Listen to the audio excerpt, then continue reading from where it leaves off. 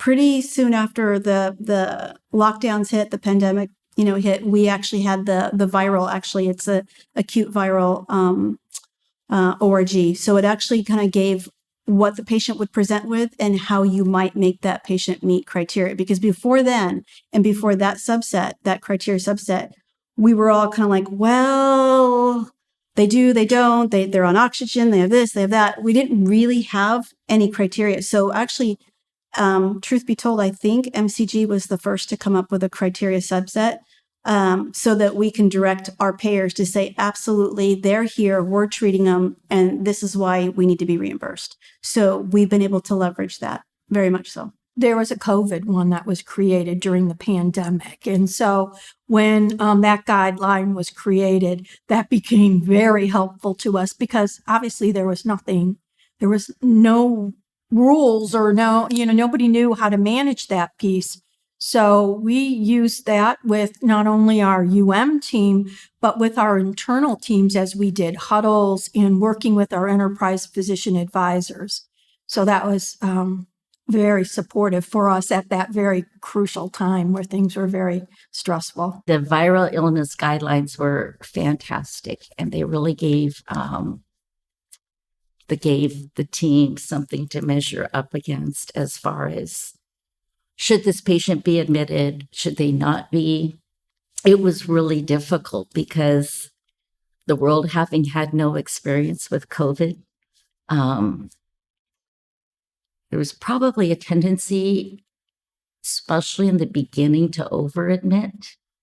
And it was good to have some good guidelines to say, okay, this patient needs to be at the hospital. We used it a lot because, especially with the COVID, I would say our hospital census is majority COVID during the pandemic. And it helped us a lot because we are able to prove to the payers that the patient is actually meeting inpatient criteria. And we're able, through MCG, we're able to kind of sort out which patients has to be inpatient or actually which patients can be treated outpatient and can go home. I think it is helpful.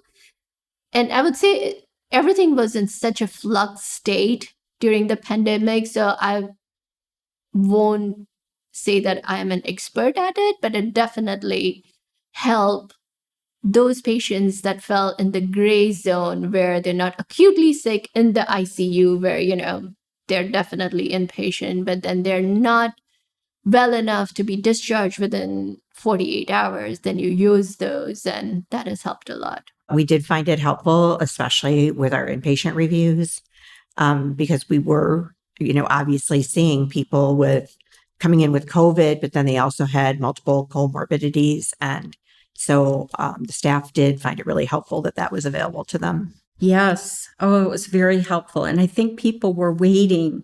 We really needed that guideline, and we were really waiting because it was such a time of uncertainty for even the providers and the healthcare team, and a lot of anxiety. And I think the guideline really helped add clarity and give us direction. And that's really what everybody was trying to find.